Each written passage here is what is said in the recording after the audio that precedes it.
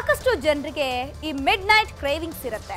ರಾತ್ರಿ 11 ದಾಟ್ತಿದ್ದಂತೆ ಅದು ತಿನ್ಬೇಕು ಇದು ತಿನ್ಬೇಕು ಅಂತ ಅನಿಸ್ತಾ ಇರುತ್ತೆ. ಅಂಥವರಿಗೆ ಒಂದು ಗುಡ್ ನ್ಯೂಸ್ ಸಿಕ್ಕಿದೆ. ಏನದು ಅಂತೀರಾ? ಈ ಸ್ಟೋರಿಯನ್ನು ನೋಡಿ. ಬೆಂಗಳೂರು ವ್ಯಾಪಾರಿಗಳು ಜನರಿಗೆ ಗುಡ್ ನ್ಯೂಸ್. ಮಧ್ಯರಾತ್ರಿ 1 ಗಂಟೆಯವರೆಗೆ ಬಾರ್ ಹೋಟೆಲ್ ಓಪನ್. ಬೆಂಗಳೂರಿನಲ್ಲಿ ಅನೇಕರು ಲೇಟ್ ನೈಟ್ ಡಿನ್ನರ್ ಪಾರ್ಟಿಯನ್ನ ಇಷ್ಟಪಡ್ತಾರೆ. ಇಂಥವರಿಗೆ ರಾಜ್ಯ ಸರ್ಕಾರ ಗುಡ್ ನ್ಯೂಸ್ ನೀಡಿದೆ. ಎಸ್, ಇವತ್ತಿನಿಂದ ಮಧ್ಯರಾತ್ರಿ 1 ಗಂಟೆಯವರೆಗೆ ಹೋಟೆಲ್ ರೆಸ್ಟೋರೆಂಟ್ ತೆರೆಯಲು ಅವಕಾಶ ನೀಡಲಾಗಿದೆ. ಪಬ್, ರೆಸ್ಟೋರೆಂಟ್ ಹಾಗೂ ಬಾರ್ನಿಂದ ಸಾಕಷ್ಟು ತೆರಿಗೆಯನ್ನ ಅಬಕಾರಿ ಇಲಾಖೆಗೆ ಕಟ್ಟಲಾಗ್ತಿದೆ. ಜೊತೆಗೆ ಹೆಚ್ಚುವರಿಯಾಗಿ 18% GST ಕಟ್ಟಲಾಗ್ತಿದೆ. ಇದರೊಂದಿಗೆ ಗ್ಯಾಸ್, ದಿನಬಳಕೆ ವಸ್ತುಗಳ ಏರಿಕೆಯಿಂದ ಮಾಲೀಕರು ಕಂಗಾಲಾಗಿದ್ದಾರೆ. ಹೀಗಾಗಿ ಮಧ್ಯರಾತ್ರಿ 1 ಗಂಟೆಯವರೆಗೆ ಟೈಮಿಂಗ್ಸ್ ವಿಸ್ತರಣೆ ಮಾಡುವಂತೆ ಸರ್ಕಾರಕ್ಕೆ ಮನವಿ ಮಾಡಲಾಗಿತ್ತು.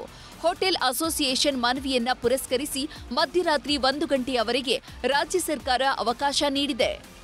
ನಾವು ಇನ್ನೂ ಕೇಳ್ತಾ ಇದ್ದೀವಿ 24 ಗಂಟೆ ಮಾಡಿ ಅಂತ. ನಮಗೆ ಅದನ್ನು ತಿಂಡಿ ತಿನಿಸುಗಳಿಗೆ ಬಾರಿಗೆ ಕೇಳ್ತಾ ಇಲ್ಲ, ಬಾರಿಗೆ ನಾವು ತಿಂಡಿ ತಿನಿಸುಗಳಿಗೆ ಕೊಡಿ ಅಂತ ಕೇಳ್ತಾ ಇದ್ದೀವಿ. ಅದನ್ನು ಕೊಟ್ಟರೆ ನಮಗೆ ಇನ್ನೂ ಸಂತೋಷ ಆಗುತ್ತೆ. ಏನೋ ಒಂದು 5% ಹೋಟೆಲ್ ತೆಗಿಬೋದು. ಅದು ಅವ್ರಿಗೂ ಅನುಕೂಲ ಆಗುತ್ತೆ, ಜನರಿಗೆ ಅನುಕೂಲ ಆಗುತ್ತೆ ಎಲ್ಲದಕ್ಕಿಂತ ಮುಖ್ಯವಾಗಿ. ಈ ಆದೇಶದ ಪ್ರಕಾರ CL4 ಕ್ಲಬ್ಗಳಿಗೆ ಬೆಳಿಗ್ಗೆ 9 ರಿಂದ ಮಧ್ಯರಾತ್ರಿ 1 ಗಂಟೆಯವರೆಗೆ ಅವಕಾಶ ನೀಡಲಾಗಿದೆ. CL6 ಸ್ಟಾರ್ ಹೋಟೆಲ್ಗಳಿಗೆ ಬೆಳಿಗ್ಗೆ 9 ಗಂಟೆಯಿಂದ ಮಧ್ಯರಾತ್ರಿ 1ರವರೆಗೆ ಅವಕಾಶ ನೀಡಿದ್ರೆ, CL7 ಹೋಟೆಲ್ ಮತ್ತು ಬೋರ್ಡಿಂಗ್ಸ್ ಹೌಸ್ಗೆ ಬೆಳಿಗ್ಗೆ 9 ರಿಂದ ಮಧ್ಯರಾತ್ರಿ 1 ಗಂಟೆಯವರೆಗೆ ಅವಕಾಶ ನೀಡಲಾಗಿದೆ. CL7D ಲೈಸೆನ್ಸ್ ಪಡೆದ ಹೋಟೆಲ್, ಕ್ಲಬ್, ರೆಸ್ಟೋರೆಂಟ್ಗಳಿಗೆ ಬೆಳಿಗ್ಗೆ 9 ರಿಂದ ಮಧ್ಯರಾತ್ರಿ 1 ಗಂಟೆಯವರೆಗೆ ಹಾಗೂ CL9 ಲೈಸೆನ್ಸ್ ಪಡೆದ ಬಾರ್ಗಳಿಗೆ ಬೆಳಿಗ್ಗೆ 10 ರಿಂದ ಮಧ್ಯರಾತ್ರಿ 1 ಗಂಟೆಯವರೆಗೆ ವ್ಯಾಪಾರ ವಹಿವಾಟಿನ ಸಮಯ ನಿಗದಿಪಡಿಸಲಾಗಿದೆ. ಮಧ್ಯರಾತ್ರಿ 1 ಗಂಟೆ ತನಕ ಅವಕಾಶ ಮಾಡಿಕೊಟ್ಟಿರುವ ಬಗ್ಗೆ ಹೋಟೆಲ್ ಮಾಲೀಕರು ಸಂತಸ ವ್ಯಕ್ತಪಡಿಸಿದ್ದಾರೆ. ಅಷ್ಟೇ ಅಲ್ಲ, ಮುಂದಿನ ದಿನಗಳಲ್ಲಿ 24x7 ಅವಕಾಶಕ್ಕೆ ಮನವಿ ಮಾಡಿದ್ದಾರೆ.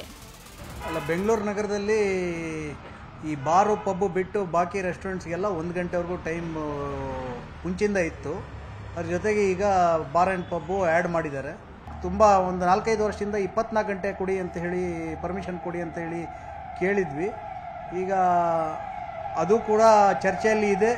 ಅದು ಕೂಡ 24 ಗಂಟೆ ನಮಗೆ ಪರ್ಮಿಷನ್ ಸಿಗುತ್ತೆ ಅಂತ ವಿಶ್ವಾಸ ನಮಗಿದೆ. ಇದು midnight hotel till 1 open ಆಗಿರಿಂದ ಜನರಿಗೆ ತುಂಬ benefit, like PG people, students, housewife, we come from travelling from a long distance, ಮನೇಲಿ ಏನಿರಲ್ಲ, we can come and have directly food and go. We don't need to depend upon Zomato and Swiggy. ಒಟ್ನಲ್ಲಿ ಬೆಂಗಳೂರಿನಲ್ಲಿ late night life ನೋಡೋ ಖುಷಿ ತುಂಬಾ ಜನರಿಗಿದ್ದು, security wise police ಯಾವೆಲ್ಲ ವ್ಯವಸ್ಥೆ ಮಾಡಿಕೊಳ್ಳುತ್ತೆ ಅಂತ ಕಾದು ನೋಡಬೇಕಿದೆ. ಹಂಸ ಶ್ಯಾಮಲ, ನ್ಯೂಸ್ 18.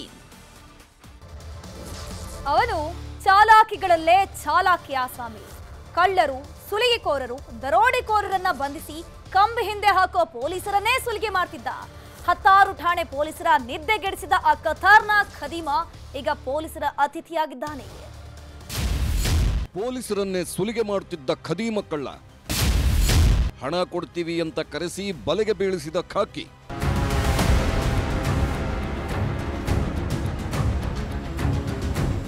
ಎಸ್, ಈ ಫೋಟೋದಲ್ಲಿರೋ ಖದೀಮ ಅಂತೆಂಥ ಆಸಾಮಿಯಲ್ಲ.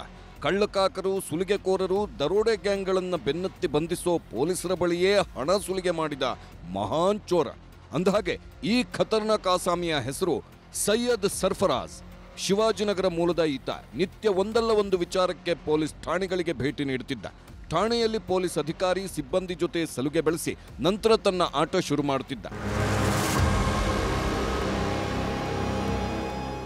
ಪೊಲೀಸ್ ಠಾಣೆ ಒಳಗೆ ಹೋಗ್ತಿದ್ದಂತೆ ಸೆಲ್ ಬಳಿ ತೆರಳಿ ಅಲ್ಲಿರುತ್ತಿದ್ದ ಆರೋಪಿಗಳನ್ನ ಮಾತನಾಡಿಸುತ್ತಿದ್ದಂತೆ. ನಂತರ ಆರೋಪಿಗಳ ವಿವರ ಮತ್ತು ಕೇಸ್ ಪೂರ್ವಪರ ಸಂಗ್ರಹಿಸಿ ಕಾನೂನು ಬಾಹಿರವಾಗಿ ಠಾಣೆಯಲ್ಲಿ ಇಟ್ಟಿದ್ದಾರೆ ಅಂತ ರಾಜ್ಯ ಮಾನವ ಹಕ್ಕುಗಳ ಆಯೋಗಕ್ಕೆ ದೂರು ಕೊಡುತ್ತಿದ್ದನಂತೆ. ಪುನಃ ಪೊಲೀಸ್ ಠಾಣೆಗೆ ಬಂದು ದೂರು ಹಿಂಪಡೆಯುತ್ತೇನೆ ಅಂತ ಪೊಲೀಸರ ಬಳಿ ಹಣಕ್ಕೆ ಡಿಮಾಂಡ್ ಮಾಡುತ್ತಿದ್ದಂತೆ.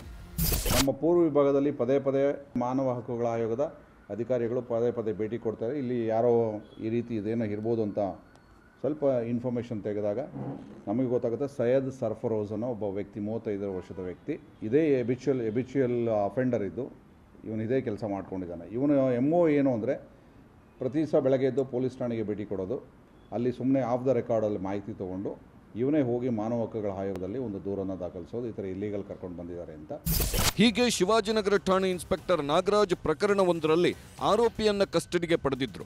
ಇದನ್ನ ಕಂಡ ಸೈಯದ್ ಸರ್ಫರಾಜ್ ಮಾನವ ಹಕ್ಕುಗಳಿಗೆ ದೂರು ನೀಡಿದ್ದು ಸ್ಟೇಷನ್ ಮೇಲೆ ದಾಳಿ ಕೂಡ ಆಗಿತ್ತಂತೆ. ಬಳಿಕ ಸರ್ಫರಾಜ್ ಇನ್ಸ್ಪೆಕ್ಟರ್ ಬಳಿ 50,000 ಹಣಕ್ಕೆ ಬೇಡಿಕೆ ಇಟ್ಟಿದ್ದು 25,000 ಹಣ ಪಡೆಯುವಾಗ ಪೊಲೀಸರ ಬಲೆಗೆ ಬಿದ್ದಿದ್ದಾನೆ. ನಮ್ಮ ಪೊಲೀಸ್ನವ್ರ ಜೊತೆ 50,000 ರೂಪಾಯಿ ಕೊಡಿ, ನಾವು ಅದನ್ನು ಕೇಸ್ ಕ್ಲೋಸ್ ಮಾಡಿಸ್ತೀನಿ ಅಂತ ಹೇಳಿ ಪೊಲೀಸ್ನವ್ರಿಗೆ ಡಿಮ್ಯಾಂಡ್ ಇಡ್ತಾನೆ. ಸೊ ಡಿಮ್ಯಾಂಡ್ ಇಟ್ಟಾಗ ನಮ್ಮವರು ಅದನ್ನು ಎಲ್ಲ ವ್ಯವಸ್ಥಿತವಾಗಿ ಎಲ್ಲ ದಾಖಲಾತಿಗಳು ಮತ್ತು ಅದಕ್ಕೆ ಏನು ಸಾಕ್ಷಿಗಳು ಬೇಕು ಎಲ್ಲ ಪೂರಕವಾಗಿ ರೆಡಿ ಮಾಡಿಕೊಂಡು 25,000 ರೂಪಾಯಿ ಕೊಡ್ತೀವಿ ಅಂತ ಕರೆಸ್ಕೊಂಡು ಕಸ್ಟಡಿಗೆ ತೊಗೊಂಡು ಅವನ ಮೇಲೆ ಒಂದು ಎಕ್ಸ್ಟ್ರಾಕ್ಷನ್ ಪ್ರಕರಣ ದಾಖಲಿಸ್ಕೊಂಡು ಪೊಲೀಸ್ ಕಸ್ಟಡಿಗೆ ತೊಗೊಂಡು ಅವನ್ನ ಎನ್ಕ್ವೈರಿ ಮಾಡಿದಾಗ ಅವನು ಇದೇ ರೀತಿ ನಾರ್ತ್ ಈಸ್ಟ್ ಇರ್ಬೋದು, ಈಸ್ಟ್ ಇರ್ಬೋದು ಮತ್ತು ವೈಟ್ ಫೀಲ್ಡ್ ವಿಭಾಗದಲ್ಲಿ ಭಾಳಷ್ಟು ಪೊಲೀಸ್ ಠಾಣೆಗಳಲ್ಲಿ ಇದನ್ನೇ ಒಂದು ದಂಧೆ ಮಾಡಿಕೊಂಡಿದ್ದು. ಆರೋಪಿ ಸೈಯದ್ ಸರ್ಫರಾಜ್ ಪೊಲೀಸರ ಸುಲಿಗೆಯನ್ನೇ ಕಾಯಕ ಮಾಡಿಕೊಂಡಿದ್ದಂತೆ. ಕೆಲವು ಕೇಸ್ಗಳ ಬಗ್ಗೆ ಪೊಲೀಸರಿಗೆ ಮಾಹಿತಿ ಕೊಡುತ್ತಾ ನಂತರ ಹಣಕ್ಕೆ ಡಿಮಾಂಡ್ ಮಾಡಲು ಮುಂದಾಗಿದ್ದಂತೆ. ಬಾಣಸ್ವಾಡಿ, ಹೆಣ್ಣೂರು, ರಾಮಮೂರ್ತಿನಗರ, RT ನಗರ ಸೇರಿ ಹಲವು ಠಾಣೆಗಳ ಪೊಲೀಸರಿಗೆ ನಿದ್ದೆ ಕೆಡಿಸಿದ್ದ ಅಂತ ಗೊತ್ತಾಗಿದೆ. ಸದ್ಯ ಈ ಬಗ್ಗೆ ಶಿವಾಜಿನಗರ ಪೊಲೀಸ್ ಠಾಣೆಯಲ್ಲಿ ಪ್ರಕರಣ ದಾಖಲಾಗಿದ್ದು ಆರೋಪಿಯನ್ನ ಕಸ್ಟಡಿಗೆ ಪಡೆದು ಹೆಚ್ಚಿನ ವಿಚಾರಣೆ ಮಾಡಲಾಗ್ತಿದೆ.